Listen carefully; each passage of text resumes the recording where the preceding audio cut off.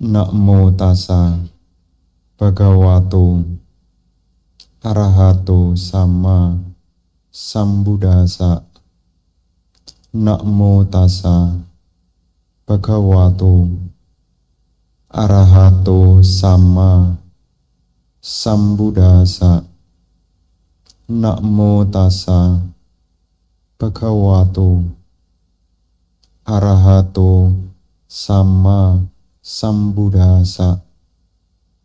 Tumhehi kicang atapang akataro tatagato pati pana pamukhanti jayino marabandena ti.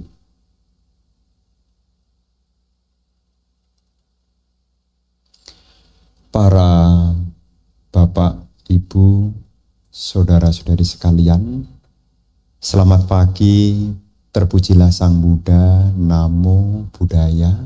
Namo Buddhaya.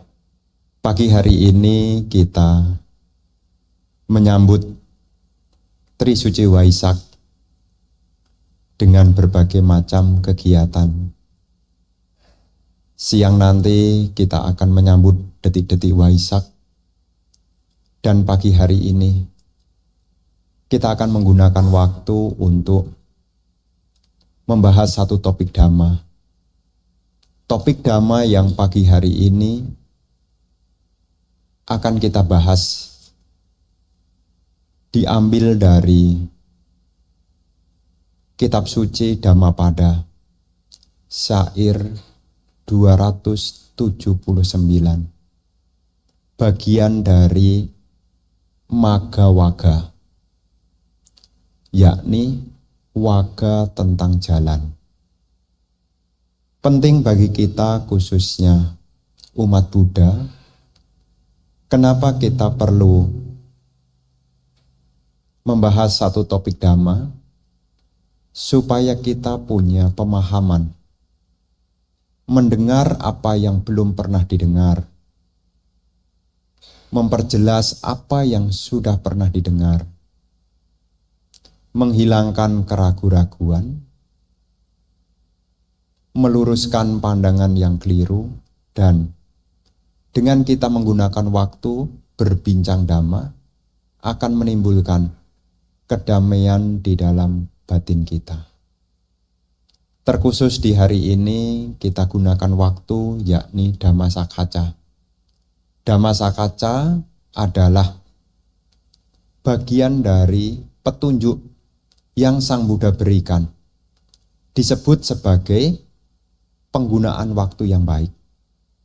Di dalam Kalasutta, Sang Buddha menyebut, wahai para bhikkhu, apa yang disebut dengan penggunaan waktu yang baik? Dikatakan di dalam Kalasutta, waktu disebut digunakan dengan baik jika waktu itu diisi dengan 4 hal. Hal yang pertama adalah mendengarkan dhamma. Hal yang kedua adalah diskusi dhamma. Hal yang ketiga adalah pengembangan ketenangan. Dan hal yang keempat adalah pengembangan pandangan terang.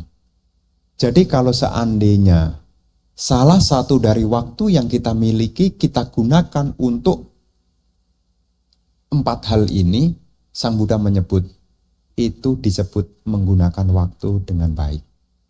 Nah, hari ini rencananya mau libur. Hari ini rencananya mau libur karena detik-detiknya siang.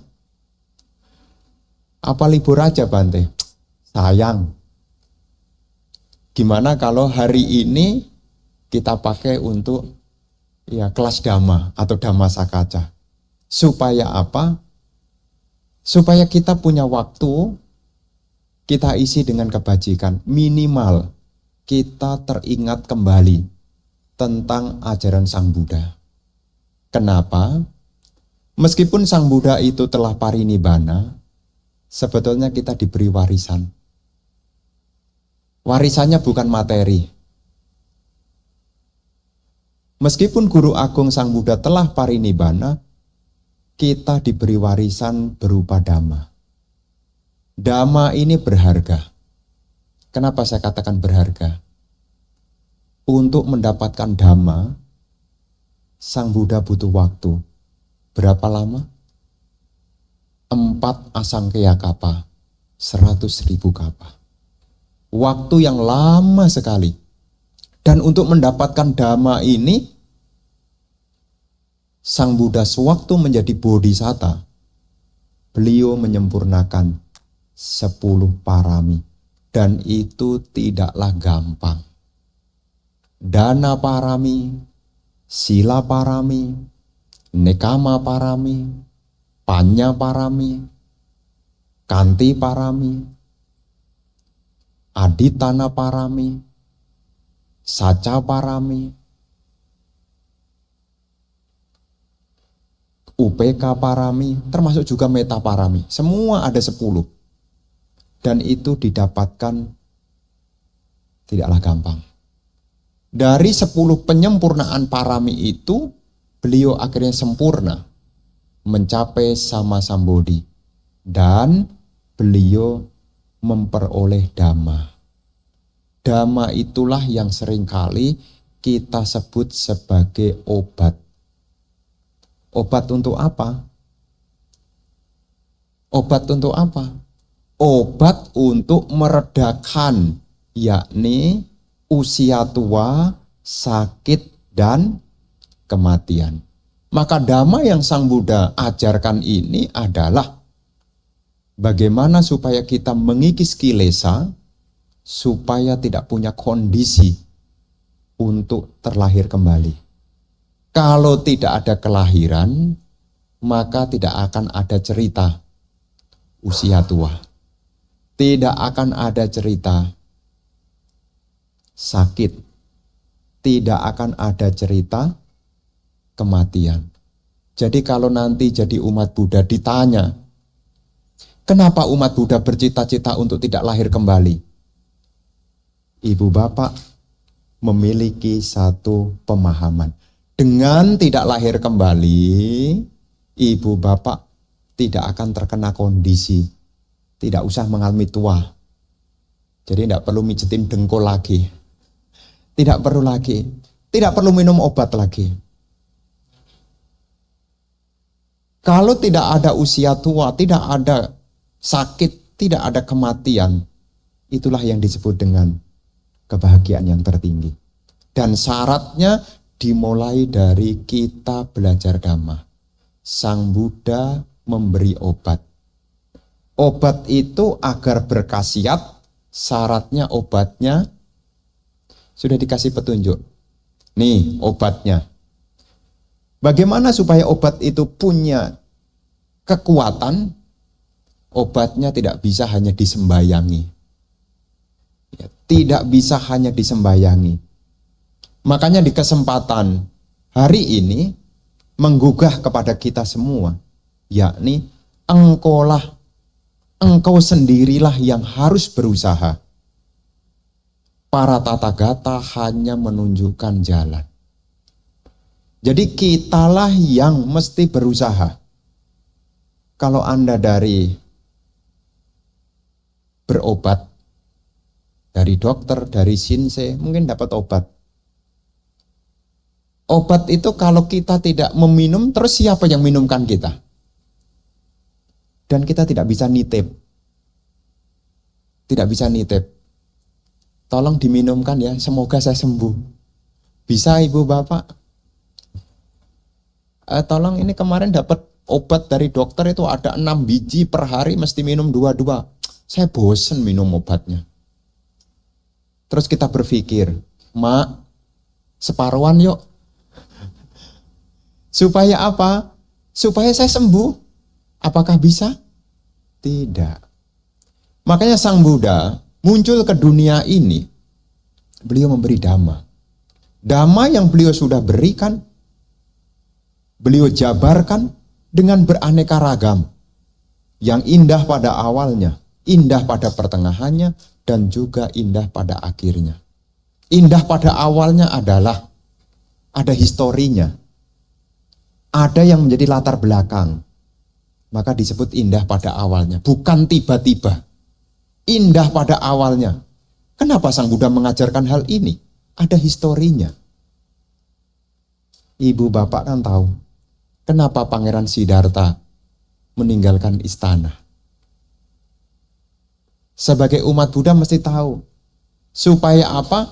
Supaya timbul pemahaman yang benar. Kalau ditanya nih, kenapa Pangeran Siddhartha meninggalkan istana?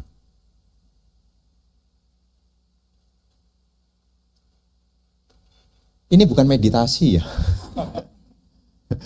Kenapa Pangeran Siddhartha meninggalkan istana? Karena ada latar belakangnya.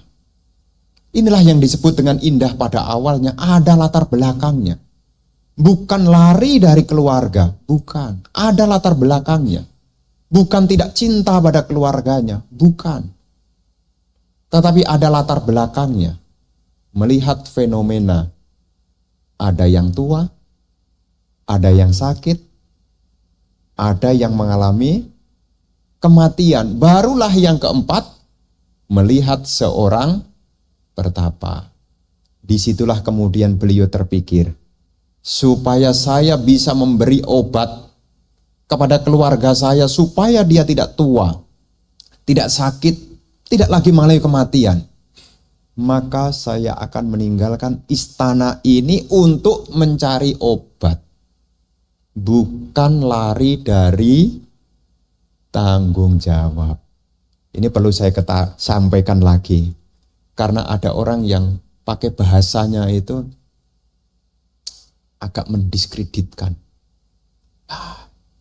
Pangeran Siddhartha aja ninggalin keluarga. Masa kamu ikutin? Karena dia tidak mengetahui apa yang menjadi latar belakangnya.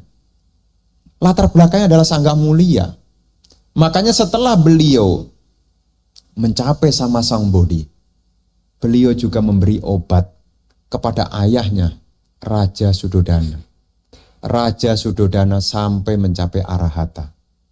Memberi obat juga kepada ibunya. Bahkan beliau di wasa ke-7 datang mengajarkan dhamma kepada Ratu Maya Dewi yang saat itu lahir di Sutuga Tusita, tapi pembabaran dhammanya di Tawatingsa. Ya saudara mencapai arahat, Rahula mencapai arahat, Ananda mencapai arahat. Jadi beliau mengajarkan dhamma ini ada latar belakang, indah pada awalnya. Indah pada pertengahannya, ada pokok dasarnya.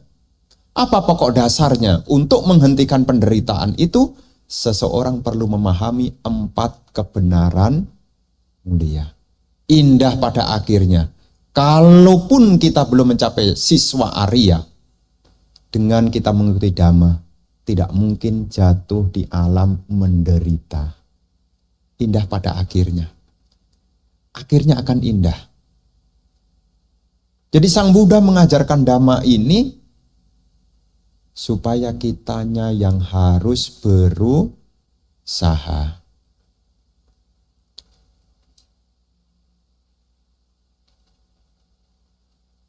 Engkau sendirilah yang harus berusaha. Para tathagata hanya menunjukkan jalan. Jadi Guru Agung Sang Buddha itu ya hanya menunjukkan jalan. Ini syair Dhammapadanya. Tumhehi kicang atapang akataro tatagato pati panak pamok kanti jayino marabandana. Engkau sendirilah yang harus berusaha. Para tathagata hanya menunjukkan jalan. Mereka yang tekun bersamadi dan memasuki jalan ini akan terbebas dari belenggu mara. Apa kaitannya? Ada latar belakangnya. Namanya atakhatanya. Jadi di dalam kitab suci Dhammapada ini, setiap syair per syair itu ada atakhatanya. Ada penjelasnya. Ada kronologinya. Kenapa? Yang menjadi latar belakang dari syair Dhammapada 276 ini adalah sekelompok biku yang berjumlah 500. Dulu cari biku 500 itu gampang. Dulu. Karena di dalam kitabnya dibunyikan, di kala itu berkumpul sebanyak biku 500. Mereka berkumpul dan saling membicarakan tentang perjalanan. Karena mereka dari berbagai tempat yang beraneka ragam. Menceritakan, tadi saya pergi dari sana, jalannya itu rusak. Saya pergi dari sana, jalannya itu banyak kerikil. Ada yang bilang lagi, jalannya itu tadi yang saya lewati sih bagus. Jadi ceritanya sejumlah biku ini sampai di tempat Sang Buddha cerita tentang perjalanan. Ya samalah seperti kita. Kalau seandainya nih kita janjian ketemu di Sunter, tapi ada yang datang telat. Terus ditanya, tadi kenapa datangnya telat? Jalanannya itu Bante. Tapi saya cepet loh. Lewat mana? Lewat Jor, cepet. Loh lah kamu kok telat? Iya tuh, tadi saya lewat Karangtengah. Ya, lewat Karangtengah sudah gitu saya masuk lewat kebun jeruk. Di Tomang, antriannya panjang, makanya saya datangnya telat. Ini ceritanya begitu kalau kita versikan sekarang. Terus Sang Buddha menjawab begini, dari sekian banyaknya jalan yang kalian bicarakan itu, tidak ada yang bisa mengungguli, yakni jalan mulia berunsur 8. Jadi cerita dari latar belakang ini adalah sekelompok biku yang berjumlah 500 ini membicarakan tentang jalan. Tapi Sang Buddha itu menegaskan kembali, kalau hanya membicarakan soal jalan yang fisik itu tidak akan memberi banyak manfaat. Yang bermanfaat, yang patut untuk dibicarakan adalah jalan mulia berunsur 8. Makanya di sini beliau menggunakan para tathagata hanya menunjukkan jalan. Kenapa ada jalannya? Karena yang menjadi latar belakangnya adalah pembahasan soal jalan. Makanya ada kata jalan juga masuk juga. Nah, Bapak dan Ibu saudara-saudari sekalian, ya satu-satu. Jadi di dalam kalimat yang paling awal, tumhehi kicang atapang. Tumhehi kicang atapang. Kata tumhehi itu artinya diri sendiri. Engkau. Jadi ini adalah menekankan bahwa tidak ada yang bisa menyelamatkan kita kecuali usaha kita sendiri. Makanya Sang Buddha itu ada salah satu di dalam sutta. Beliau menyampaikan begini. Kalau ada orang ingin menyeberang ke sisi seberang yang lain, dan di tengah-tengah ini ada arus, seseorang tidak bisa kemudian meminta, dataran di seberang, datanglah. Ibu bapak mau nyebrang Sungai Cisadane. Belakang ada Sungai Cisadane yang menghubungkan antara Tangerang Selatan dengan kabupaten. Di dekat itu loh. Apa namanya? The Bridge. Anda tidak bisa kemudian dataran yang di The Bridge itu kemudian Anda mintain, sini. Makanya Sinarmas mesti buat jembatan. Kenapa diperlukan jembatan? Karena dataran di seberang itu dia tidak bisa menghampiri. Ini mengingatkan sama, kitanya yang mesti berusaha. Karena apa yang kita capai itu tidak akan menghampiri kita selama kita tidak berusaha. Makanya ciri khas Buddhis ini adalah kalau kita punya angan-angan, kalau kita punya harapan, yang mesti diingat adalah hal baik apa yang akan saya lakukan. Jadi kalau ibu bapak punya angan-angan, ya punya angan-angan, mungkin mau pinter sekolahnya, Anda tidak bisa kemudian kertasnya ditulisin, semoga pinter, dibakar, diminum. Tidak bisa. Kita mesti tahu kalau kita ingin pinter, kita harus usaha. Usahanya apa? Membaca, bertanya. Ini adalah salah satu perumpamaan kalau ingin pandai. Sang Buddha juga memberi perumpamaan yang sama. Kalau kita ingin menuntaskan penderitaan kita, ya kita mesti berusaha. Apa yang kita usahakan tidak lain adalah membangun, yakni jalan mulia berunsur 8. Siapa yang harus bangun? Siapa? Anda tidak bisa nitip. Ya, kenapa saya katakan kok nitip? Karena berkali-kali kita sukanya nitip. Ya, Bante titip salam. Salam aja suruh nitip loh. Bante nanti kalau ketemu Bante ini titip salam ya. Titip salam. Salam aja nitip. Bante ini saya ada mangga banyak. Boleh nitip enggak Bante nanti dimakan di wihara besok untuk dana makan. Makanan aja mau dititipkan. Tapi untuk mengakhiri penderitaan tidak bisa nitip. Jadi ibu bapak mesti berusaha. Kenapa Bante? Karena dikatakan bahwasanya Sang Buddha tidak bisa menarik kita keluar dari penderitaan seperti menarik seseorang dari lumpur. Tidak bisa, kita mesti berusaha. Kita sudah dikasih tipsnya. Masalahnya adalah mau enggak kita berusaha? Mau enggak? Lah kalau seandainya kita tidak berusaha bagaimana Bante? Berarti ada yang mengikat kita. Niat hati ingin berusaha, tetapi apa daya? Kenapa tidak bisa keluar dari lumpur? Kenapa tidak bisa bangkit untuk berjuang? Berarti ada yang mengikat. Apa yang mengikat? Yang mengikat kita sulit keluar dari samsara yang sudah ditunjukkan karena kita masih terjerat oleh mara. Nanti di topik pembahasan berikutnya. Jadi kita ini kadang-kadang ingin hati, setelah mendengar kita ingin berusaha. Tapi kadang-kadang mara ini gundeli kita. Ibarat kita mau melangkah, tapi mara ini mengikat kaki kita. Kemudian, beliau hanya memberi peta atau petunjuk. Nih. Makanya ada kewajiban biku nih. Kalau jadi biku ya, supaya bapak dan ibu tidak salah persepsi dengan saya. Saya perhatikan Bante tiap hari pindah kota.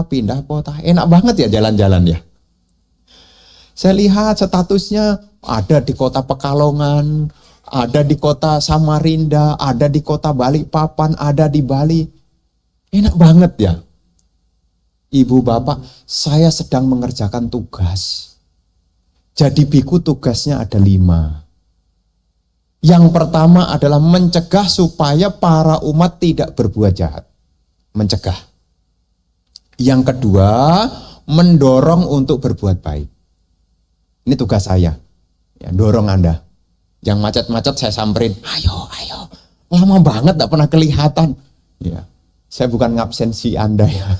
Ya, bukan ngabsensi. Karena ini adalah tugas. Ya. Mencegah Anda untuk berbuat jahat. Mendorong Anda untuk berbuat baik. Yang ketiga, mendengarkan apa yang belum pernah didengar. Maka sebisa mungkin sesuai kemampuan saya, kalau Anda mengikuti, saya mencoba untuk memberi yang belum pernah Anda dengar sebelumnya. Memberi. Kemudian yang keempat, memperjelas apa yang sudah didengar. Nah, kemudian kewajiban saya yang kelima. Saya punya kewajiban 5. Kewajiban yang kelima adalah sagasa magang acikanti. Sagasa magang acikanti. Kewajiban biku menunjukkan kepada umat jalan menuju kebahagiaan. Jadi ibu bapak saya ajak untuk Dhammasakaca ini supaya ibu bapak mulai melihat, mulai mengetahui jalan menuju kebahagiaan. Jadi kita diminta untuk, kita yang harus berusaha. Jadi Sang Buddha ini sudah menunjukkan arah. Dan saya berusaha untuk mendelivery. Nih kata Sang Buddha nih di sini nih. Ya, di Dhammapada 276 beliau mengatakan, kita sendirilah yang harus berusaha. Jadi saya menyampaikan apa yang saya sampaikan ini, ya, dari apa yang diberikan oleh Sang Buddha. Untuk siapa Bante? Bukan 100% untuk Anda. Terus untuk siapa Bante? Saya juga mau. Jadi saya belajar Dhamma ini bukan semata-mata ini menggurui Anda, tidak. Dhamma yang saya baca, Dhamma yang saya pelajari ini ya untuk diri saya. Karena kita tahu, Dhamma bukan untuk menghakimi orang lain. Dhamma bukan untuk menyerang pihak lain. Dhamma yang Sang Buddha berikan itu adalah untuk diri sendiri. Jadi kalau kita belajar untuk siapa Bante? Ya untuk diri sendiri.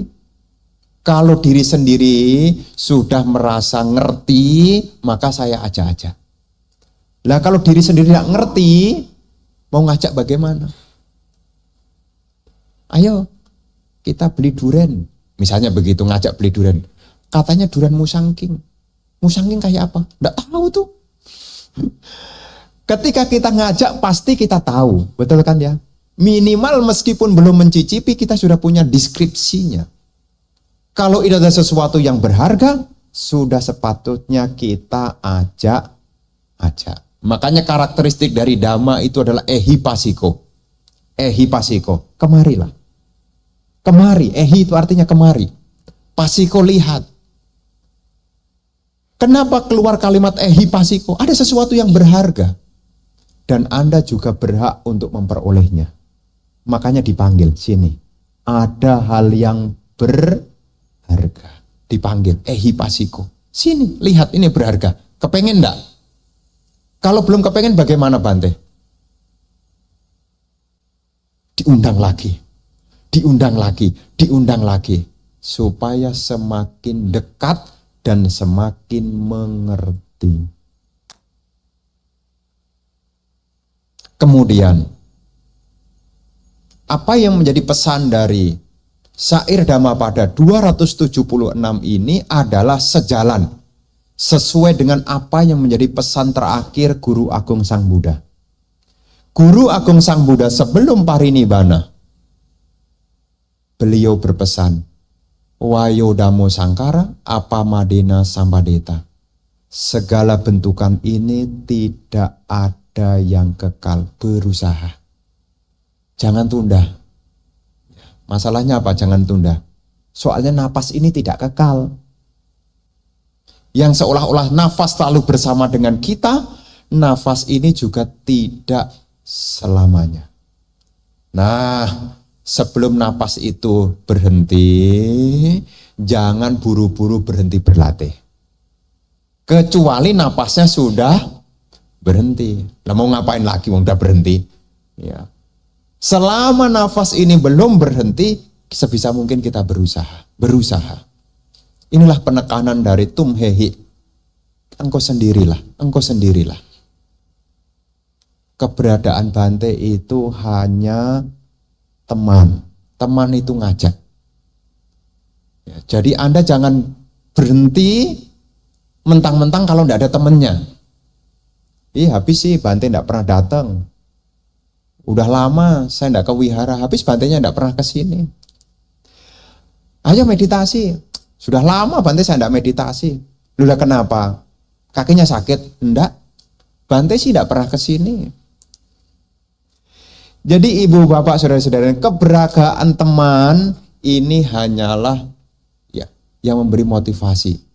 Tetapi yang memberi penggerak yang utama adalah kitanya sendiri. Jadi jangan sampai kita menyalahkan pihak yang di luar. Makanya Sang Buddha kan berpesan, tumhehi engkolah. Ya, tumhehi engkolah. Engkolah apa Bante? Kicang atapang.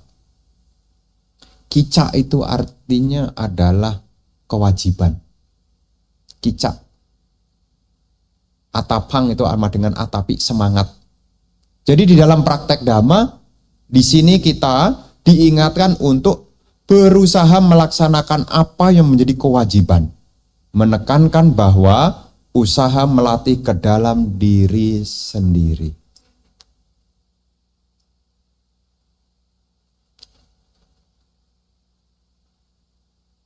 Ada satu pesan yang saya dengar dari dosen saya waktu dulu.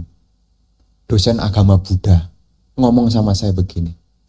Kalau punya anak, jangan suruh ke wihara. Tapi ajak ke wihara. Beda. Maknanya beda.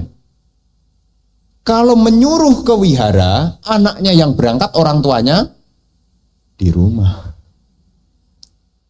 Mestinya bagaimana? Mengajak.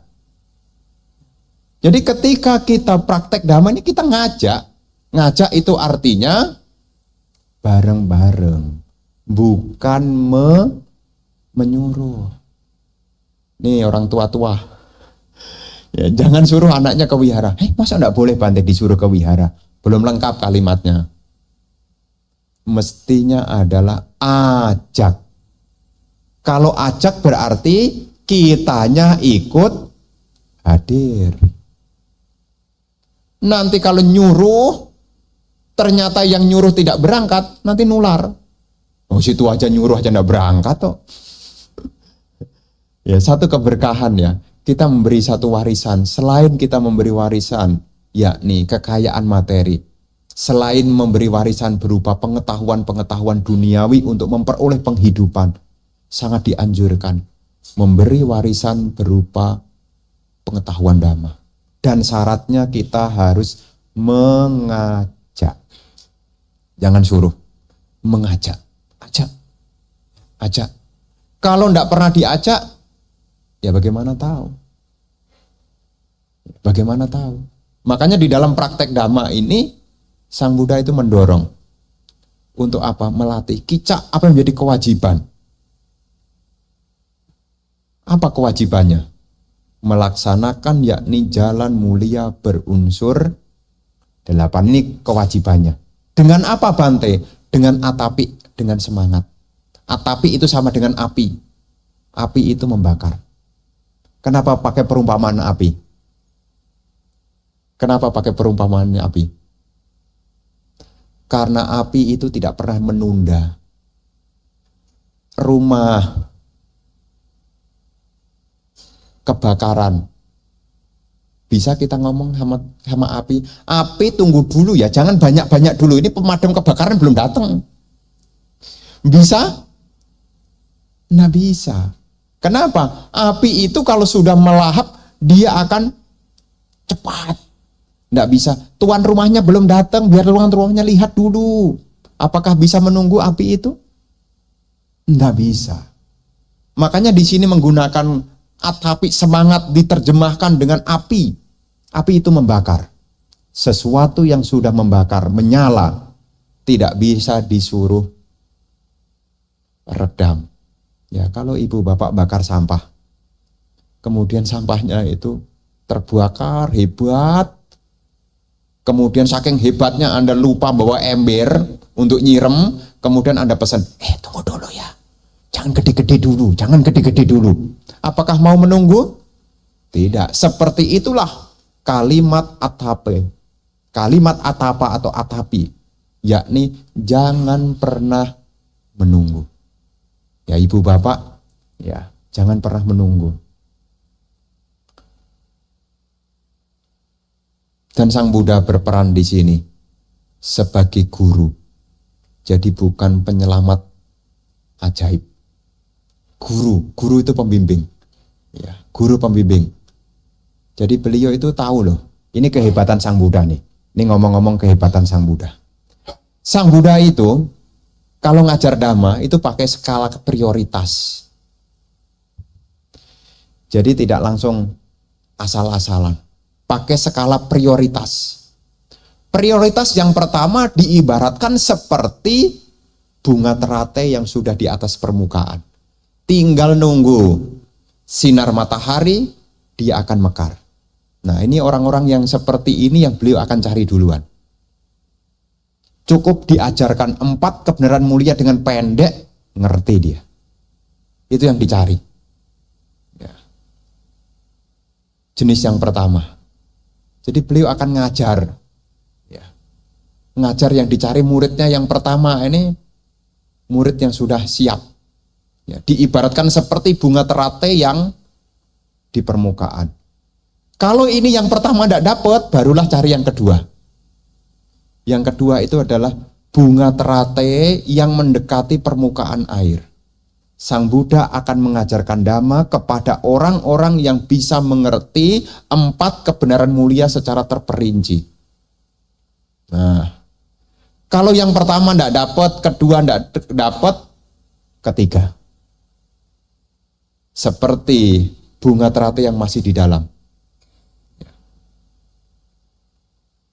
Sang Buddha akan mengajarkan 4 kebenaran mulia secara singkat, secara terperinci, berulang-ulang. Berulang-ulang. Dan ada jenis teratai yang keempat, Sang Buddha tidak pernah kunjungi. Yang paling bawah. Paling bawah itu apa? Orang-orang yang tidak punya keyakinan, yang tidak punya potensi. Makanya kalau tidak punya potensi, ya beliau tidak akan mengajarkan. Kalau Anda pernah mengikuti Dharma Yatra, di sekitar Bodh Gaya itu ada daerah namanya Kota Senanigama. Ya, Kota Senani, namanya desa. Senani. Gama itu adalah bahasa Pali desa. Setelah Sang Buddha mencari pencerahan, tahu enggak? Kenapa tidak mengajarkan Dhamma ke Senanigama? Kenapa kok mengajarkan Dhamma ke Sarnat, ke Pancawagya Bhikkhu? Karena beliau lihat saat itu yang punya potensi lebih awal adalah Pancawagya Bhikkhu. Setelah membabarkan Dhamma kepada Pancawagya Bhikkhu, barulah beliau setelah 3 bulan di sana, beliau pergi lagi ke Senanigama. Ketemulah dengan Uruwela Kasapa, Nandi Kasapa, dan Gaya Kasapa. Kasapa bersaudara yang berjumlah 1000. Kok bolak-balik Bante? Sudah dari sini pergi ke sana, balik lagi ke sini. Kenapa tidak langsung sekian di sini? Karena yang punya potensi saat itu adalah yang di sana dulu. Jauh Sang Buddha akan kunjungi. Kalau ada orang punya potensi, inilah guru. Jadi Sang Buddha itu tidak ngajarin sembarangan. Beliau tahu siapa nih.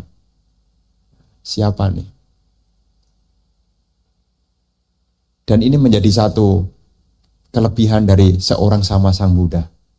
Beliau tahu setiap orang punya potensi. Lah dulu kita jenisnya yang mana Bante? Mungkin kita jenisnya yang keempat itu. Nggak pernah dikunjungi, ya, nggak punya potensi. Tapi punya kebajikan, sehingga sekarang pun meskipun tidak bertatap muka langsung, sekarang kita punya kesempatan mendengar dan juga praktek, dapat warisan yang tertuang di dalam Tipitaka. Kita masih punya karma baik. Nah, Akataro Tathagato, Buddha adalah pemberi petunjuk, bukan dewa yang memberi anugerah otomatis. Ya, jadi setiap orang masih punya potensi. Ya, beliau adalah petunjuk. Beliau telah menemukan jalan, mengajarkannya dengan penuh kasih. Tetapi kitalah yang harus melangkah. Kemarin saya menemukan satu penjelasan tentang Namo Tassa Bhagavato Arahato Sama Sambuddhassa. Namo Tassa Bhagavato Arahato Sama Sambuddhassa. Kenapa kalimat ini diulang? Kalimat ini punya manfaat supaya kita dekat dengan Sang Buddha. Cara mengucapkannya bagaimana? Itu saya secara fisik. Kalau Anda mau mengucapkan Namo Tassa Bhagavato Arahato Sama Sambuddhassa secara fisik, Nih, kita jangan fisiknya ini harus fisiknya begini, tangannya mesti setara dengan jantung kita. Ya. Secara fisik mesti begini. Secara verbal enggak boleh kumur-kumur ngomongnya. Harus tegas. Namo tassa bhagavato arahato sama sambuddhasa. Nadanya tegas, ya, bukan kumur-kumur. Dan aspek pikirannya disampaikan dengan pikiran yang tenang. Nanti manfaatnya dirasakan. Ya, sekarang kalau nanti berpergian, ini kalimat yang dipakai. Kalau di penerbangan, namo tassa bhagavato arahato sama sambuddhasa, sabe sata bawantu. Nah, jadi kalau kita nanti supaya mengawali hari dengan baik, meskipun kita tidak punya kesempatan baca yang panjang, tangan diletakkan di depan dada, ya, setara dengan hati kita. Kemudian sampaikanlah dengan bahasa yang tegas, ya, jangan umi-umi,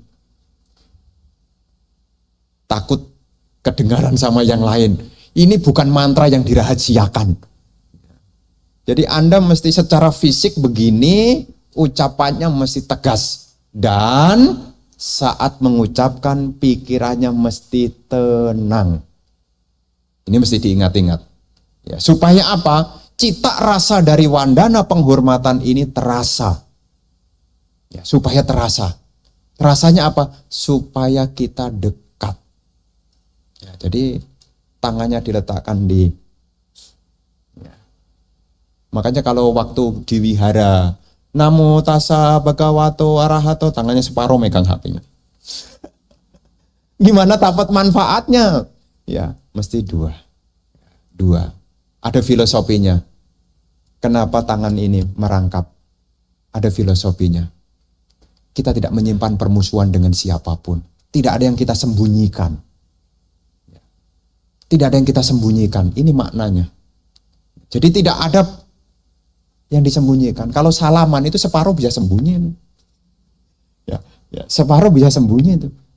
Makanya cara menyapa perdamaian. Kenapa perdamaian itu sapaannya begini? Karena ini artinya kita tidak ada yang disembunyikan. Senjata apapun tidak ada yang disembunyikan. Makanya kenapa umat Buddha nih beranjali. Ini adalah simbol perdamaian. Karena tidak ada yang disembunyikan. Kalau begini, separuh menghormat, separuh ya kan, kalau Xinjia kan begitu kan. Ya. Tapi ibu bapak, kenapa kita kalau namaskara, kenapa begini? Ini simbol kita datang dengan kedamaian. Kemunculan Buddha membawa kedamaian. Kedamaian tidak ada yang disembunyikan. Makanya begini. Kenapa mesti dua-duanya, Bante? Karena seorang Buddha memiliki maha karuna, maha bijaksana, maha welas asih, dan juga maha panya. Kanan kebijaksanaan, kiri adalah welas asih. Punya kebijaksanaan yang didasari dengan welas asih. Ya, nanti kalau ditanya, kenapa mesti anjali? Memang caranya begitu. Ya, jadi ibu bapak nanti kalau ditanya, ibu bapak bisa menjelaskan.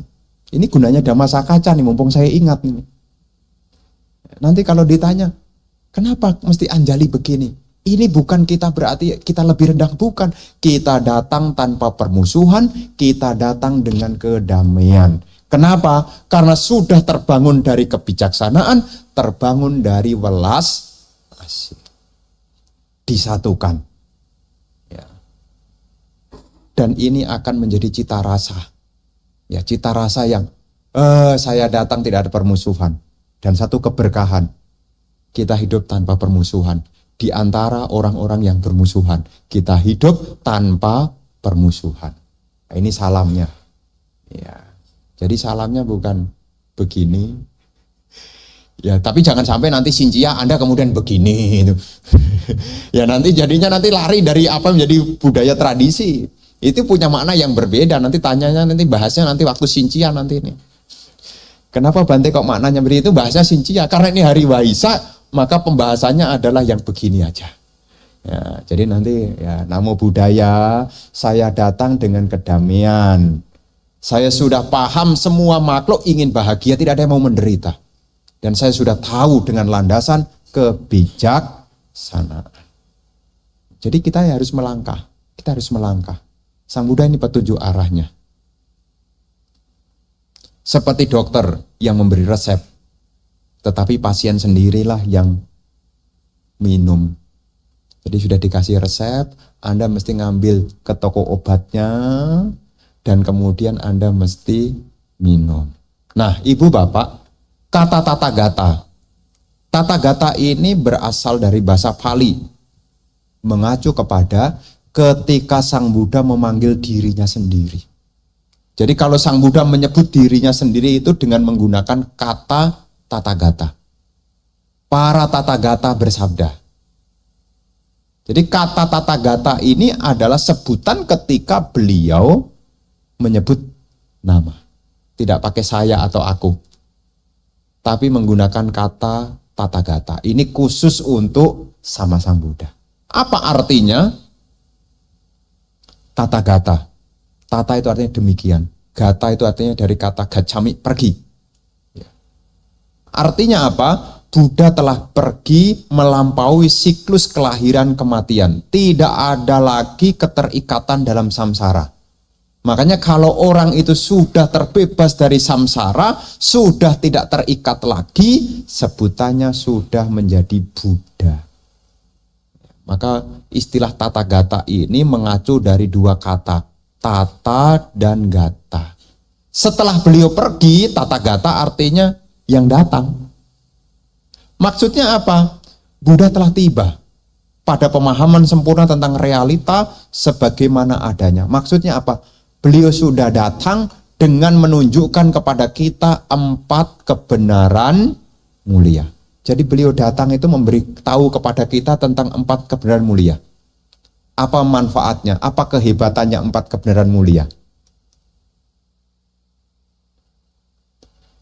4 kebenaran mulia adalah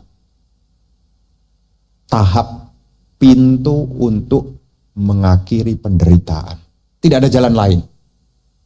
Seseorang yang mengembangkan jalan mulia episode 8 nanti akan ketemu 4 kebenaran mulia. Dan kalau orang sudah memahami 4 kebenaran mulia, dia perlahan-lahan penderitaannya mulai tertutup. Artinya tidak mungkin menderita lagi. Contohnya siapa Bante? Seorang yang sudah mencapai pencapaian sotapati. Menjadi seorang sotapana. Sudah tertutup 4 alam menyedihkannya. Sudah tertutup. Setelah menembus 4 kebenaran Arya. Tidak ada lagi wicikicah. Wicikicahnya sudah tidak ada. Tidak ada keraguan lagi. Inilah makna dari tata gata. Dan kita diingatkan untuk patik pana pamuk kanti. Patik pana artinya kita harus praktek. Patik pana dari kata patik pada. Patik itu artinya ya praktek. Pada itu ya kaki ini artinya bergerak. Jadi kitanya yang mesti berusaha. Jadi baik itu di dalam sila sama di panya. Patik pana. Jayino artinya pencapaian jana, para meditator. Ini menunjukkan bahwa meditasi bawana adalah inti praktek. Jadi umat Buddha ini, tolonglah ya. Yang belum pernah meditasi, meditasilah.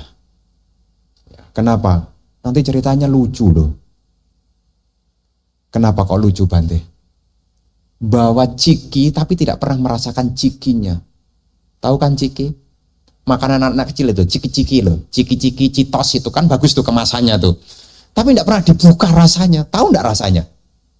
Nah, cita rasa dhamma itu mulai meditasi. Jadi meskipun dikit-dikit, jangan sampai lah, maksud sampai umur 80 enggak pernah sama sekali. Janganlah, meditasi. Untuk apa Bante? Supaya kita punya minimal kita sudah punya satu bibit yang baik. Kalau kehidupan sekarang tidak punya kesempatan untuk meditasi, jangan harap kehidupan berikutnya punya kesempatan. Kalaupun ada, lebih sulit. Kenapa? Karena enggak pernah berlatih. Ya, enggak pernah berlatih. Jadi tolong, ya saya katakan tolong, kenapa tolong? Nanti dikira saya enggak ngajak-ngajak. Ya, saya nanti dikira enggak ngajak-ngajak. Ya mbuh 10 menit, mbuh 15 menit. Ya. Boleh enggak Bante duduknya di kursi? Boleh. Boleh enggak Bante duduknya tidak bersila? Boleh. Mau duduk kayak apa? Jadi kadang-kadang sebagian dari orang tua nih, semoga tidak semuanya. Saya kalau ketemu sama orang tua-tua, udah lama Bante saya tidak meditasi. Loh kenapa? Ini dengkulnya tidak bisa diajak sila. Jadi dengkulnya itu tidak bisa diajak, lututnya itu tidak bisa diajak bersila. Jadi karena lututnya tidak bisa diajak bersila, meditasinya juga stop juga. Boleh di kursi, boleh. Ya boleh di kursi. Ya duduk dengan tenang. Rasakan napas masuk, napas keluar, napas masuk, napas keluar. Jadi bukan sekedar teori, tapi latihan batin secara terus-menerus. Baik itu melatih ketenangan maupun juga melatih pandangan terang. Hasilnya adalah pamukkanti, terbebas. Kata pamukkanti itu artinya terbebas. Terbebas dari apa? Terbebas dari mara, pengikat. Ya. Jadi ada mara. Mara itu artinya penghalang. Bandena itu artinya pengikat. Sudah dihalangin, diikat lagi. Mara itu perintah. Bandana itu artinya ikatan. Ikat pinggang bahasa Palinya adalah kaya bandana. Kaya itu tubuh. Pengikat tubuh namanya sabuk. Jadi bandana itu artinya ikatan. Kaya itu tubuh. Kalau kaya bandanya itu sabuk, ikat pinggang. Nah, mara bandana ini artinya dibelenggu, diikat oleh rintangan. Dan kita ini ibu bapak ada 5 yang disebutkan mara. Tapi yang pertama ini yang lebih dominan. Ini mara ini pengikat kita lebih dominan ini. Contohnya apa? Marah, males, bosen, jenuh, pengen jalan-jalan, marah juga itu. Waktu meditasi, kayaknya kita mesti traveling nih. Meditasinya berlanjut atau mikir mau kemana? Nah, ini namanya mara. Mara itu adalah pengotor batin yang ada di dalam pikiran yang bisa muncul setiap saat. Ini yang mengikat kita. Kenapa kita latihan tidak bisa konsisten? Terus terang ibu bapak, menghadapi mara ini butuh ketenangan dan butuh kesabaran.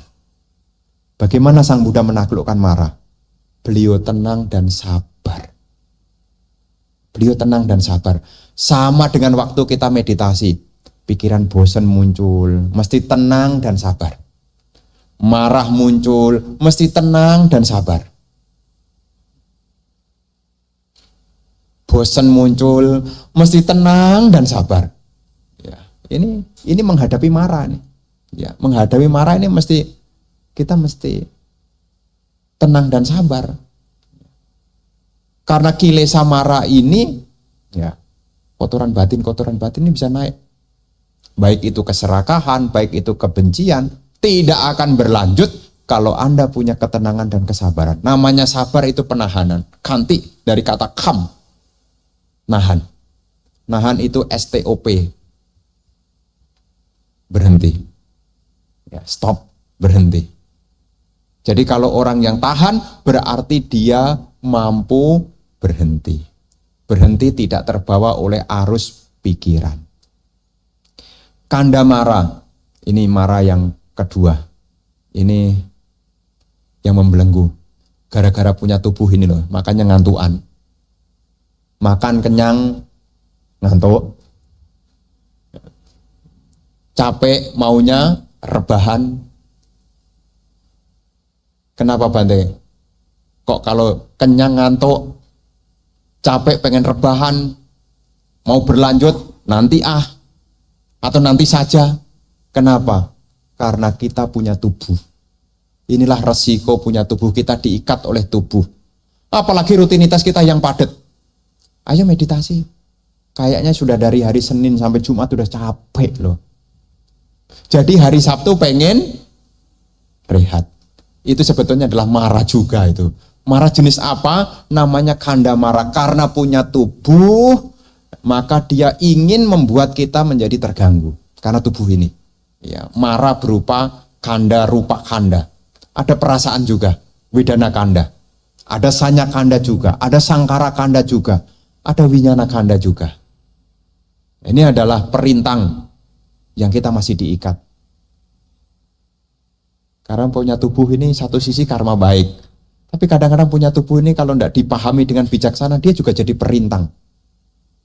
Punya tubuh ini. Satu sisi kalau dimanfaatkan jadi hal baik, tapi kalau tidak dimanfaatkan, kita jadi budaknya. Mau meditasi agak lama.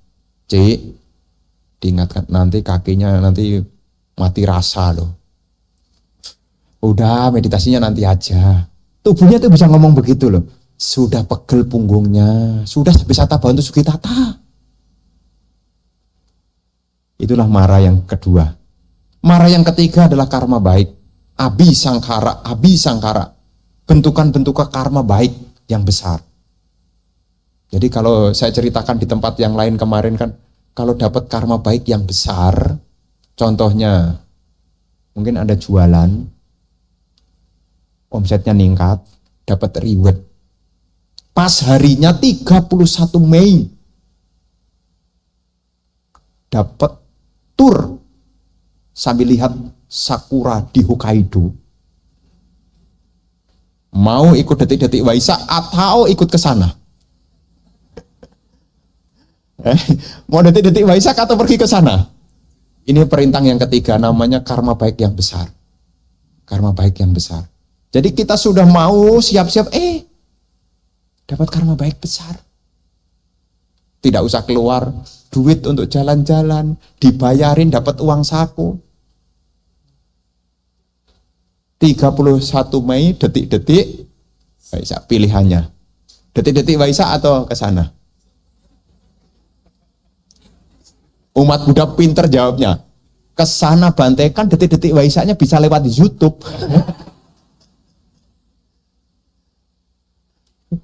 Pinter.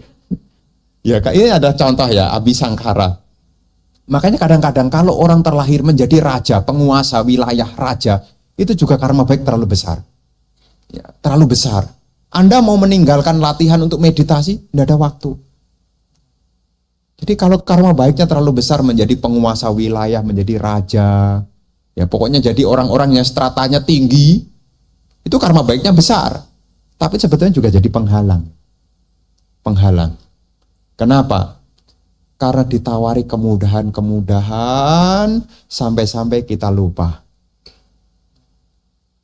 Memang tidak semuanya, tetapi disebutkan di sini Abi Sangkara Mara. Kemudian yang perintah yang keempat, kadang-kadang kita belum berhasil, tetapi waktunya sudah habis. Namanya Macu Mara. Waktunya sudah habis. Dan untuk makhluk-makhluk tertentu, seperti Guru Agung Sang Buddha, atau siswa-siswa Arya, itu baru muncul yang kelima. Namanya Dewa Putamara.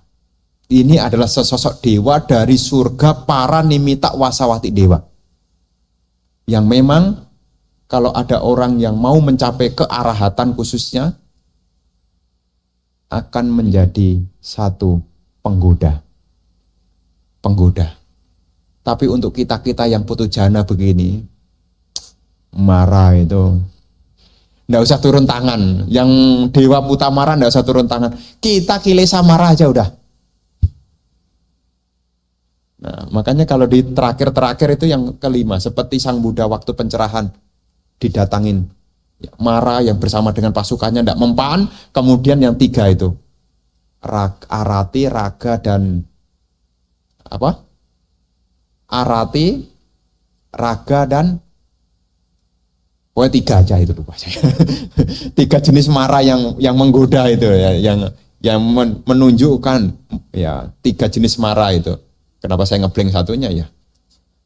Rati, raga, nanti tak saya cari lagi. Ya intinya ini adalah dewa buta marah. Nah untuk terbebas dari marah ini sama dengan, jadi kalau kita sudah bisa mengatasi marah ini disebut sebagai bebas dari samsara. Dan lagi-lagi, supaya kita siap menghadapi marah itu, jalannya tetap sama. Yaitu jalan mulia berunsur.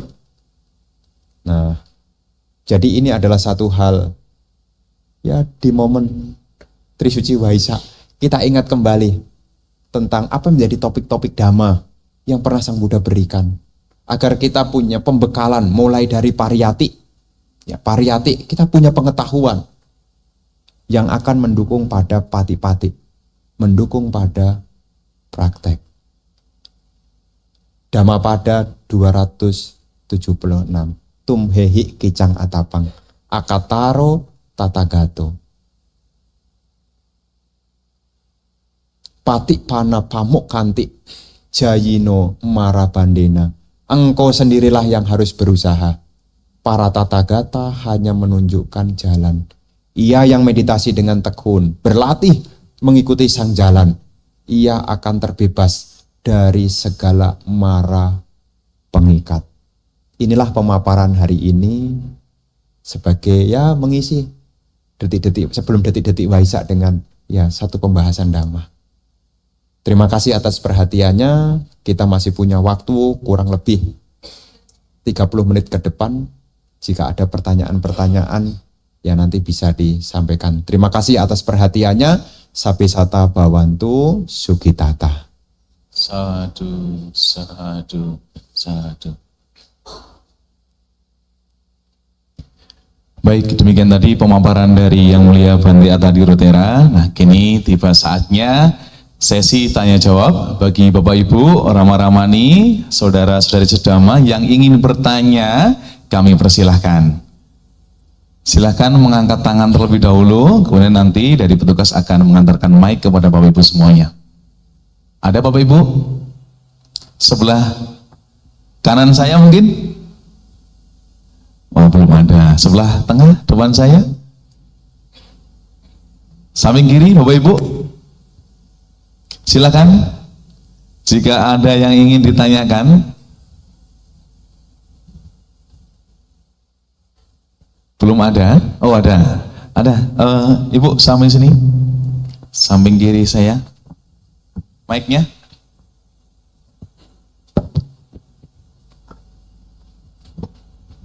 Pak Hendri samping sini, Pak Hendri. Ya.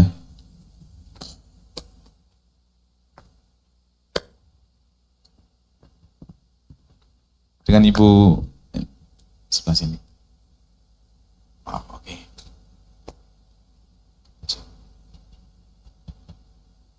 Cek.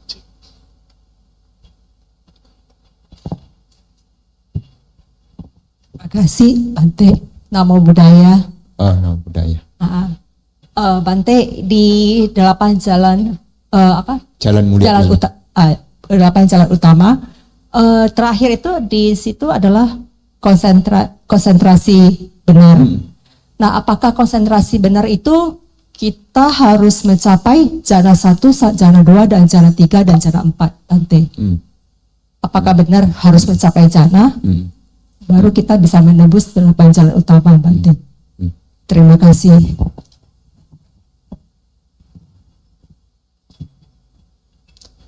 Nah, memang dikatakan di dalam Dhammacakkappawatana Sutta sekalipun juga memang disampaikan sama-sama di itu adalah pencapaian citta saekagata, pikiran yang terarah pada satu objek. Dalam hal ini adalah pencapaian jana. Tetapi sama-sama di ini tidak bisa berdiri sendiri. Harus didukung dengan pandangan benar, pikiran benar, ucapan benar, perbuatan benar, penghidupan benar, usaha benar dan perhatian benar. Jadi kita tidak bisa latihan itu hanya mau konsentrasi terus, tidak bisa. Harus didukung oleh 7 yang lain. Ya, 7 yang lain.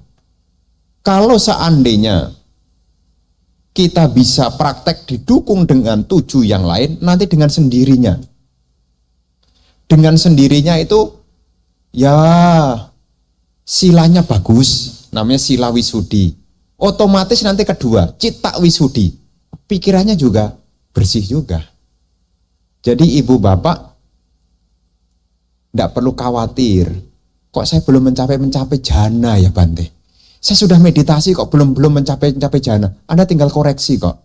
Mungkin pandangan kita, mungkin pikiran kita, mungkin ucapan kita, mungkin perbuatan kita, mungkin penghidupan kita, mungkin usaha kita, mungkin perhatian kita belum semuanya maksimal.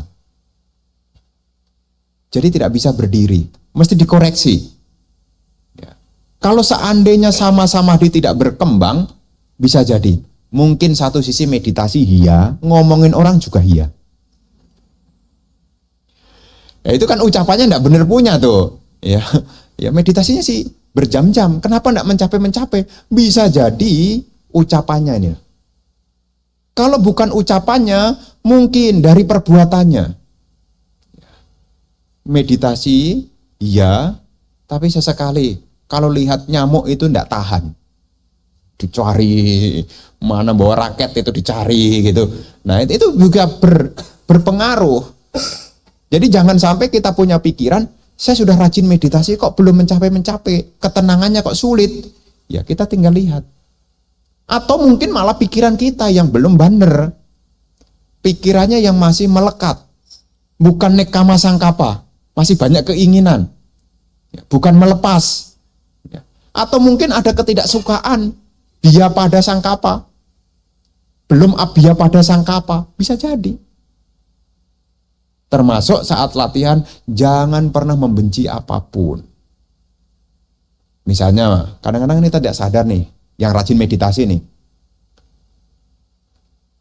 Kemudian ada satu fenomena ngantuk aja, atau bosen saja, marah enggak? Ngantuk, bosen muncul, marah atau bertahan? Kalau Anda marah, maka faktor jananya juga menjadi. Kenapa? Karena dari segi pikiran benarnya tidak mendukung. Ya. Kalau pikiran benarnya tidak mendukung, bagaimana konsentrasi benar bisa mendukung? Jadi larinya ya. Dari mana Bante khotbah ini disampaikan Sang Buddha? Ada di dalam Mahacatarika Sutta. Mahacatarika Sutta.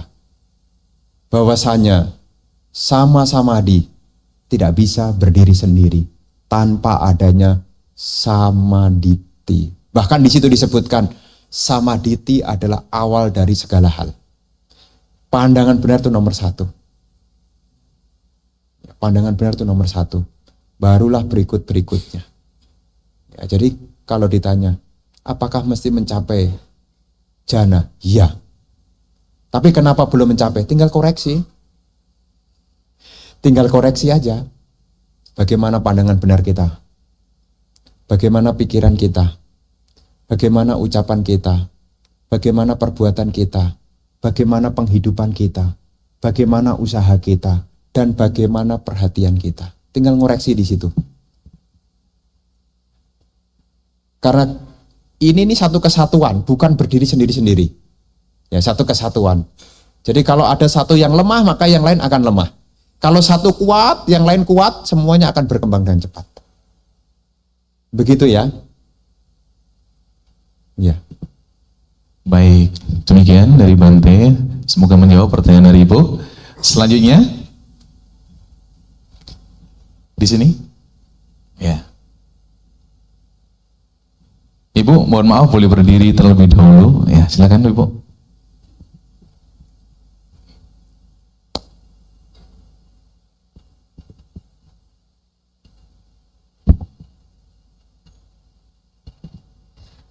Budaya Bante mau tanya, tadi kan Bante cerita tentang menjelaskan tentang marah. Jadi kalau kita menderita, kita juga akan ada halangan. Kalau terlalu banyak karma baik juga ada halangan. Jadi bagaimana seorang putu jana itu bisa tidak turun, jadi selalu maju begitu Bante? Karena kan kadang-kadang kita juga nggak tahu ke depan akan dapat kondisi apa. Seperti itu Bante. Terima kasih Bante. Baik. Nah, ada kabar baiknya. Ada kabar baiknya. Jadi supaya kita tidak khawatir mengalami penurunan di dalam latihan, ada kabar baiknya. Kabar baiknya adalah kita mesti mencari teman yang baik. Seperti di Manggala Sutta. Semua macam keberkahan-keberkahan itu dimulai dari memiliki teman yang baik. Asewana cak balana, panditanan cak sewana. Tak bergaul dengan orang dungu, diminta bergaul dengan bijaksana. Bahkan di dalam 4 faktor menjadi seorang pemasuk arus disebutkan juga. Memiliki sapurisa sang sewa. Memiliki teman yang baik. Sa itu artinya baik. Purisa artinya orang. Sapurisa artinya orang baik. Harus berteman dengan orang baik. Jadi kalaupun karma baiknya berbuah, ya jangan dilupakan orang baik. Lah kalau karma buruknya berbuah Bante, sama juga. Jangan dilupakan orang baik. Orang baik di sini dari mana saya tahu mencari teman yang baik? Memang disebutkan di dalam Kalyana Mita Sutta. Teman yang baik itu adalah Guru Agung Sang Buddha. Memang disebutkan di sana begitu. Tapi kalau tidak menyerupai, tidak menemukan orang seperti Guru Agung Sang Buddha di era sekarang, tahunya dari mana Bante? Dari 4 hal. Cari teman yang punya keyakinan yang kokoh. Keyakinan yang kokoh apa? Dia paham benar tentang apa yang dilakukan itulah yang diwarisi. Namanya hukum karma. Dia juga paham tentang tilakhana. Jadi kalau mau cari teman, di checklist. Kamu ngerti enggak 4 kebenaran mulia? Ngerti. Kamu ngerti enggak tilakhana? Ngerti. Kamu ngerti enggak hukum karma? Ngerti. Bolehlah saya jadikan teman. Itu secara pariyati ciri orang yang berkeyakinan. Dia punya keyakinan kepada Dhamma. Nah, kalau tidak sempat melihat dengan percakapan begitu dari 4 tadi, dari sada, sila, caga, dan panyanya, yang berikutnya lihat dari perilaku sehari-harinya. Tutur katanya bagaimana? Perilakunya bagaimana? Kalau tutur katanya baik, perilakunya baik, orang itu layak dijadikan teman. Dianya punya pengetahuan Dhamma, tutur katanya baik, perilakunya baik. Ketiga, pelit atau tidak? Namanya caga. Kalau pelit bagaimana Bante? Nanti kalau Anda salah, dia tidak akan memberitahu. Wong dia pelit kok. Materi aja tidak dikasih, apalagi ilmu. Ya. Kalau teman yang baik, ya, dia selain memberi materi, berbagi materi, tidak kikir itu namanya, dia juga memberi pengetahuan. Kadang-kadang dia mengajak kita untuk ayo berbuat baik. Kadang-kadang dia menganjurkan kita, itu jangan, itu jangan, itu jangan. Karena dia punya caga, kemurahan hati. Jadi kalau cari teman, hari ini bisa dites. Ayo kita makan mie ayam. Makan, kita bayarin dulu. Terus bisa diajak lagi, ayo makan mie ayam. Mau bayarin dulu. Kok giliran berikutnya, saya nggak bawa duit, saya juga sama.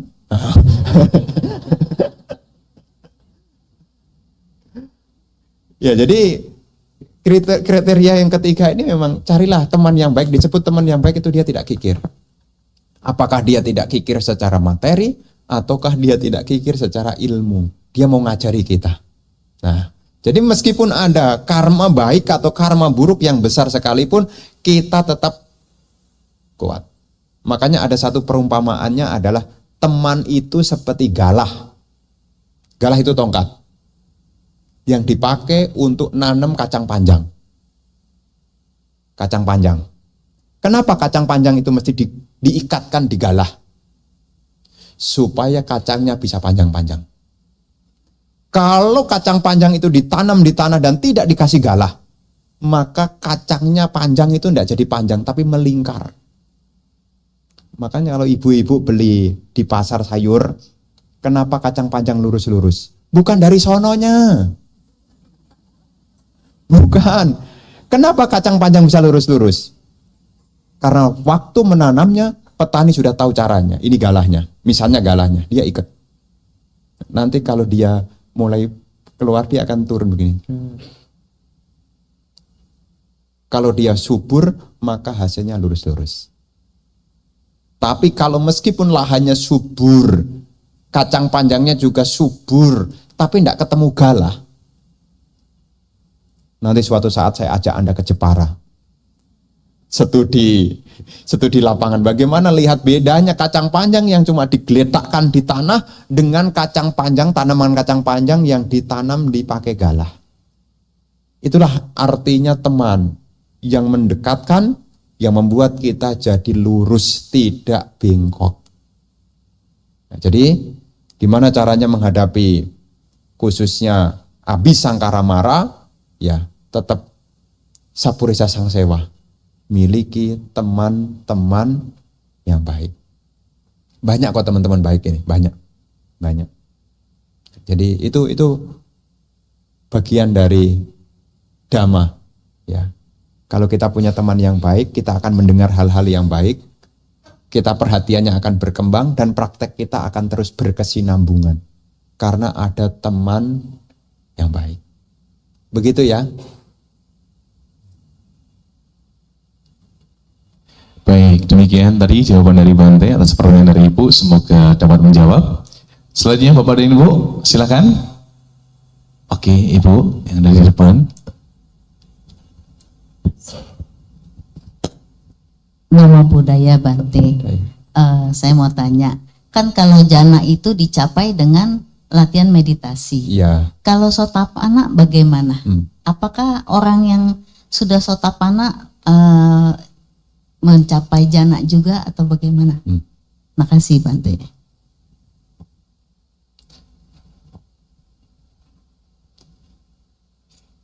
Seseorang bisa mencapai Sotapanna kalau seseorang itu menghancurkan 3 belenggu awal. 3 belenggu awal. Yang dimulai dari Sakaya Ditti. Sakaya Ditti itu adalah pandangan tentang adanya diri yang kekal. Jadi kalau seseorang bisa mampu melihat dengan jelas tentang pancakanda, sudah mengalami, sehingga pandangannya sudah tidak terbalik lagi, otomatis nih, langsung satu paket. Kalau seseorang bisa merealisasi tentang lenyapnya Sakaya Ditti, langsung otomatis 2 berikutnya akan ikut. Dia tidak akan ragu-ragu lagi, dan dia tidak akan lagi memiliki Silabata Paramasa. Makanya pencapaian Sotapanna ini seseorang tetap harus meditasi. Meskipun tidak sampai jana. Dalam rangkaiannya, setelah Sila Wisudi, yang kedua adalah Citta Wisudi. Citta itu artinya pikirannya murni. Pikirannya murni. Kemudian yang ketiga, Ditti Wisudi, memurnikan pandangan. Sudah tidak lagi memegang adanya diri yang kekal. Itulah yang dipakai orang Vipassana. Makanya ada bahasa bagusnya, meskipun tidak mencapai apanya samadhi, tapi sudah sampai di upacara samadhi. Upacara samadhi itu adalah konsentrasi yang sudah mendekati, meskipun belum menyatu dengan objek secara konsisten, seperti halnya apanya samadhi. Tapi sudah upacara, sudah mendekati. Itu bisa dipakai untuk melihat tentang pancakanda ini, yang anicca, yang dukkha, yang anatta itu. Nah, kalau sukses, nanti suatu saat kita ngomong teori dulu ya. Suatu saat, kalau Anda bisa melihat rupa tubuh ini, unsur tanah, unsur api, unsur udara, patawi apotejo wayu, unsur tanah, unsur api, unsur tanah, unsur air, unsur api, unsur udara ini, semua tidak kekal. tidak kekal, tidak kekal, tidak kekal. Yang menyenangkan ini juga tidak kekal, tidak kekal, tidak kekal. Nanti dengan sendirinya Anda tidak lagi memegang pandangan tentang aku. Kalau meditasi, tubuhnya ringan, itu adalah unsur udara. Unsur udara kekal atau tidak kekal? Tidak kekal. Muncullah unsur tanah, sifatnya menekan, berat. Terus diperhatikan dengan vipassana, pandangan terang. Tidak pakai aku, tapi melihat fenomenanya. Menekan, menekan, menekan. Belum sempat lenyap, fenomena batin yang lain bisa muncul juga. Menunjukkan apa? Nama rupa ini atau pancakanda ini adalah tidak kekal. Kalau orang sering melihat tidak kekal, tidak kekal, tidak kekal, penderitaan itu akan kelihatan. Duka itu kelihatan. Kalau apa yang Anda miliki berubah, menarik lagi enggak? Kenapa kita tertarik? Karena berubahnya itu lama. Makanya kenapa kita masih tertarik? Karena perubahannya lama. Beli apel, langsung beli, baru 1 jam kemudian langsung, apa namanya? Kalau menyusut itu apa bahasa Indonesianya? Langsung kisut. Waktu beli dari fresh masih bagus apelnya. Setelah dikeluarkan dibawa belum lama jalan, tiba-tiba dia kempes. Tertarik lagi enggak? Terus dari supermarket beli baju warnanya biru, terang. Dibungkus, naik mobil. Tahu-tahu dibuka. Seperti sudah dipakai 10 tahun. Tertarik lagi enggak? Nah, kenapa kita masih tertarik? Karena perubahannya lama. Perubahannya lama. Nah, orang yang meditasi itu melihat perubahannya cepat, makanya dia jadinya tidak tertarik, cepat. Karena perubahannya cepat, maka dukanya juga kelihatannya cepat. Saya ini ya ibu bapak nih, kita punya fisik ini. Kenapa fisik ini menarik? Bayangin. Anda kan punya fisik masing-masing. Kenapa fisik ini menarik? Karena perubahannya itu lama. Gigi Anda bersih, nanti gigi Anda copot. Kalau copotnya lebih cepat bagaimana? Menarik lagi enggak? Enggak. Rambut Anda hitam, bagus. Tapi kalau perubahannya cepat, bagus lagi enggak? Enggak. Nah, orang meditasi itu mampu melihat tentang anicca yang begitu cepatnya, maka dukanya juga kelihatan. Makanya kalau kita meditasi, kalau ada tidak kekal, jangan kemudian meditasinya selesai. Kakinya nyut. Itu mulai menunjukkan kepada Anda, ini loh perubahan cepat. Biasanya nyut itu kan agak nanti kalau sudah tua. Ini kok cepat. Nah, kadang-kadang terus meditasinya selesai, mulailah ada bertanya, ada Bante. Apa pertanyaannya? Gimana ya Bante supaya saya meditasi enggak pegel ya? Padahal pegel itu adalah menunjukkan kepada kita ini loh tidak kekal. Bukan malah kita hindari. Kalau kita ingin menjadi seorang Sotapanna. Jangan dihindari kalau mencapai Sotapanna. Untuk apa Bante kok tidak dihindari? Supaya meruntuhkan pandangan tentang adanya diri yang kekal. Wong Anda saksikan, 5 menit tadi masih baik kok. 15 menit kemudian mulai berubah. Tapi lagi-lagi, kenapa kita masih belum bisa mencapai? Karena kita masih micaditi. Karena kita masih punya anggapan hidup ini mesti menyenangkan. Kalau tidak menyenangkan, maka saya tidak memberi pengamatan. Makanya kalau menyenangkan diamati atau tidak? Diamati, mau menyenangkan kok. Kalau menyenangkan diamati enggak? Misalnya duduknya enteng, napasnya juga enak. Semangat enggak ngamatinya? Semangat. Tapi kalau kesemutan menyenangkan tidak? Diamati tidak? Pengennya tidak diamati, tapi gurunya bilang, amati. Kita masih bertentangan dalam hati kita. Wong sakit kok disuruh ngamati. Nah, kita masih punya pandangan keliru bahwasanya hidup itu mesti menyenangkan. Padahal untuk mencapai pencapaian sotapana itu mesti melihat dulu tentang 4 keberadaan mulia. Tahu duka, tahu kemunculannya duka, tahu kepadamannya juga, dan tahu jalan menuju kepadaman duka. Makanya sewaktu latihan meditasi, nih kalau duduknya agak lama, sakit pegel, Anda harus motivasi. Calon sotapana mesti lihat ini. Ya, jadi karena untuk menembus yang namanya kebenaran Arya 4, kebenaran Arya itu harus poin 1, tidak bisa 4-4-nya langsung, tidak bisa Ibu Bapak. 4 kebenaran mulia itu harus dipahami dari nomor 1. Kan disampaikan di situ. Dijabarkan. Setiap 4 kebenaran mulia itu dibagi menjadi 3 penglihatan. Duka adalah kebenaran, duka harus dipahami, duka telah dipahami. Ini kebenaran Arya yang nomor 1. Kemunculan duka adalah kebenaran, kemunculan duka itulah yang harus dilenyapkan. Dan telah dilenyapkan.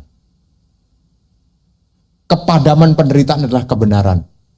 Kepadaman penderitaan adalah hal yang patut dicapai. Kepadaman penderitaan telah dicapai. Baru yang keempat. Jalan menuju kepadaman penderitaan patut untuk dilaksanakan. Dan telah dilaksanakan. Dimulai dari yang pertama. Harus pahami.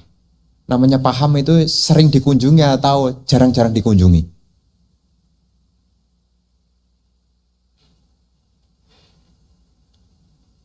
Anda akan paham, kan disebutkan tuh, kebenaran Arya tentang penderitaan adalah kebenaran. Kebenaran Arya tentang penderitaan ini harus dipahami. Namanya paham, sering dikunjungi atau jarang dikunjungi. Dan kalau mengunjungi diperhatikan atau tidak diperhatikan. Karena kita masih punya pandangan keliru, giliran memperhatikan yang tidak nyaman, kita jadi tidak berkelanjutan. Sebetulnya saya masih kuat Bante, tapi kakinya ini sudah sakit. Padahal kebenaran Arya yang pertama ini, hukumnya di situ disebutkan, harus dipahami.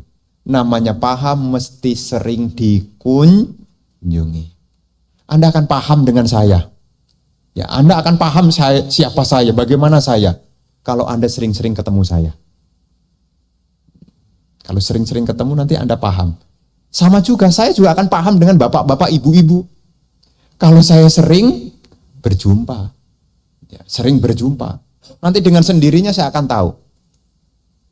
Ketika ada orang komentar, Bante, ibu itu tenang ya. Oh iya, memang dia itu tenang. Saya udah tahu dia itu tenang. Kok tahu Bante? Dari dulu saya udah kenal dia. Sering ketemu saya tahu dia tenang. Tapi sebaliknya, Bante, ibu itu kok cerewet ya? Oh, udah dari dulu. Udah dari dulu dia. Saya udah lama kenal dia. Oh, dia memang begitu, dari dulu memang begitu. Kenapa saya bisa mensimpulkan begitu? Karena saya sudah sering berjumpa. Tapi kalau jarang berjumpa, ibu itu cerewet, masa sih? Selama ini saya ketemu dia baik-baik aja tuh, enggak pernah begitu tuh. Yang bener aja, iya, enggak. Setelah sering ketemu, 100.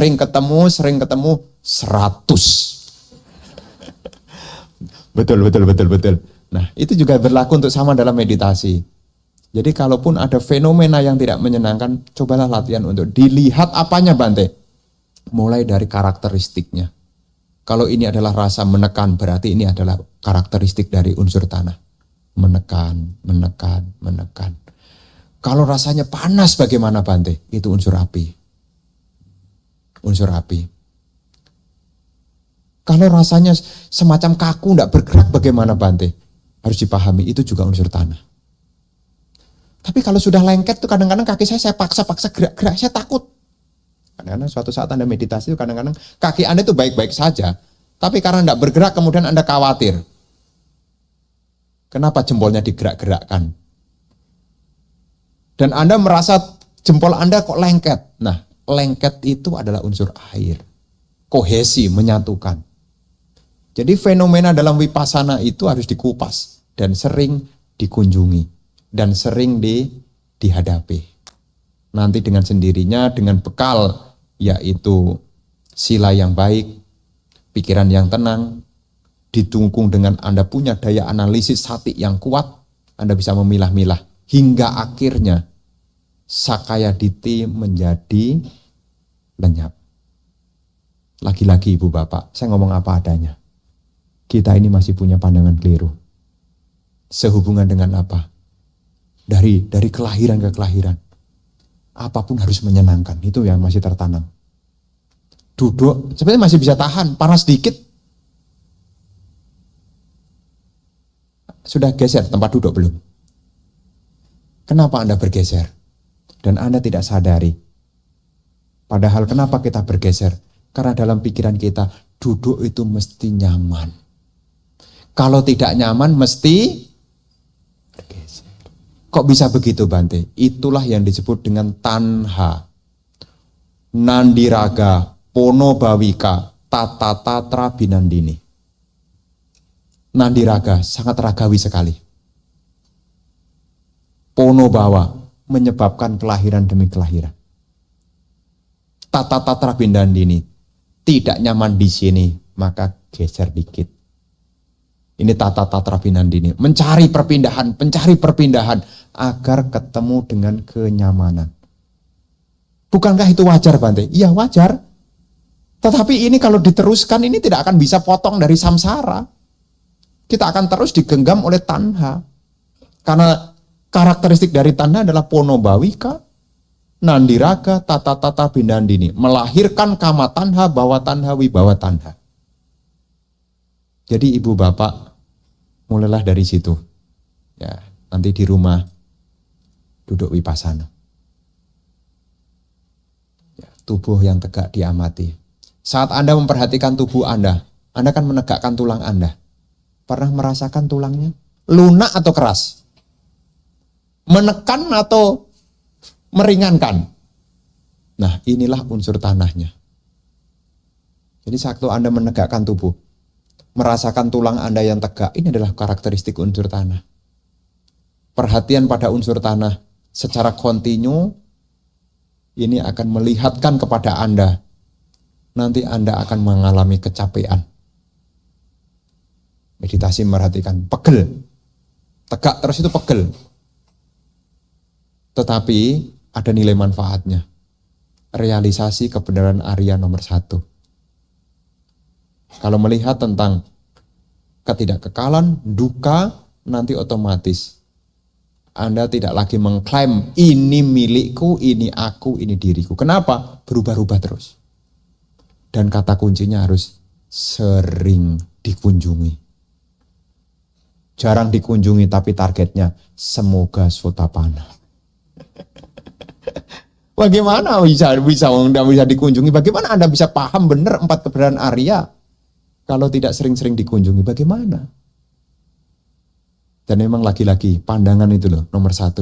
Kita masih punya satu pandangan. Hidup ini mesti menyenangkan. Kalau tidak menyenangkan saya harus lari cari solusi bagaimana supaya menyenangkan. Itulah tata tatra binandini. Begitu ya. Baik. Bante, ini dari YouTube Bante. Saya sampaikan pertanyaannya Bante ya. Dari yang melihat YouTube, karena acara ini juga disiarkan live melalui YouTube. Dari @hongling H8R. Izin bertanya Bante, bagaimana cara meningkatkan pandangan benar kita Bante? Terima kasih Bante. Begitu Bante. Ya, disebutkan bahwasanya samaditi atau pandangan benar ini mempunyai sebab. Sebab terdekatnya adalah mesti mau mendengar. Makanya kan saya berkali-kali selalu menyampaikan, Orang yang punya pandangan benar, syaratnya dia harus menjadi, kalau laki-laki adalah upasaka. Kalau wanita, dia mesti upasika. Tapi bukan maknanya secara formalitas upasaka, upasika. Upasaka, upasika ini adalah sebutan dari dua kata, upa dan asati. Upa itu artinya dekat. Asati artinya duduk. Kalau seseorang ingin memiliki pandangan benar, mesti duduknya mendekat. Nah kan kalau semua dekat kan kerubungan Bante. Ya, artinya apa? Kenapa disebutkan di situ upasati atau upasika artinya mendekat? Kalau orang dekat, dia akan memberi perhatian. Jadi kalau ngomong itu dekat, apa yang diomongkan terdengar. Tapi kalau ngomongnya itu jauh, ya, yang terdengar itu sedikit.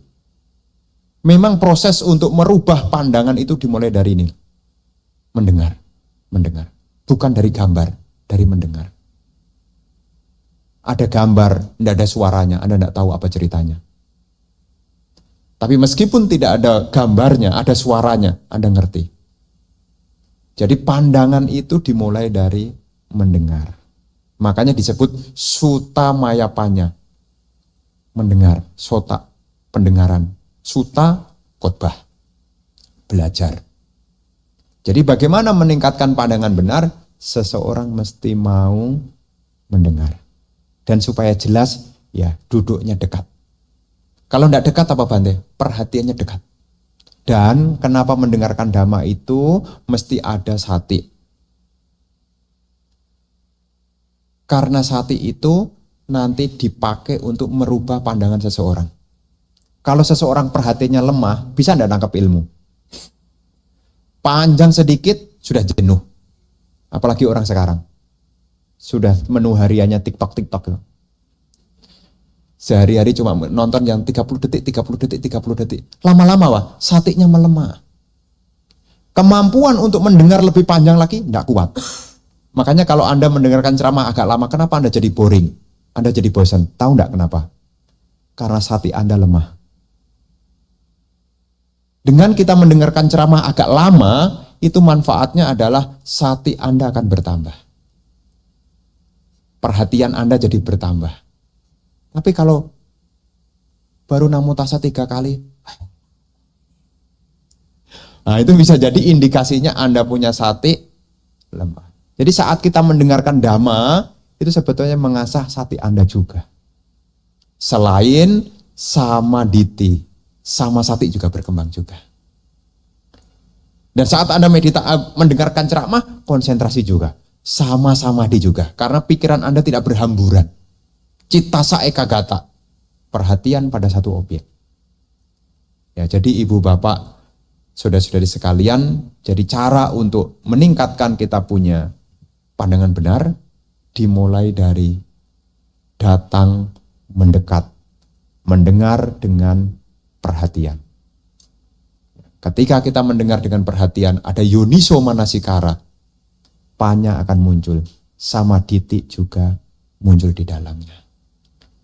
Makanya kita mesti mendekat. Dan memang sangat baik sekali. Kalau Anda punya kebiasaan mencatat, itu baik. Mencatat itu baik. Kenapa? Kenapa mencatat itu baik? Supaya tidak gampang lupa. Ya, kalau ada itu dicatat. Dan kalau sudah dicatat, dibaca. Jangan hanya jadi hari ini dengerin ya nanti tulisannya dibaca lagi. Supaya apa? Supaya kebijaksanaan ini bisa berkembang. Begitu ya? Ya mengingat waktu. Cukup ya Ibu ya? Cukup Bante ya? Baik Bapak Ibu, saudara-saudara yang berbahagia, demikian tadi tanya jawab telah kita laksanakan bersama. Mungkin nanti kalau Bapak Ibu masih ada yang ingin bertanya atau penasaran bisa mengunjungi Bante ya. Bante Atthadhiro ada di Pusdiklat ini, dan mungkin bagi Bapak Ibu saudara-saudara yang melalui YouTube bertanya juga bisa datang ke Pusdiklat. Baik. Bapak Ibu dan hadirin semua yang berbahagia, demikian tadi seluruh rangkaian Dhamma Sakkaca pada hari ini.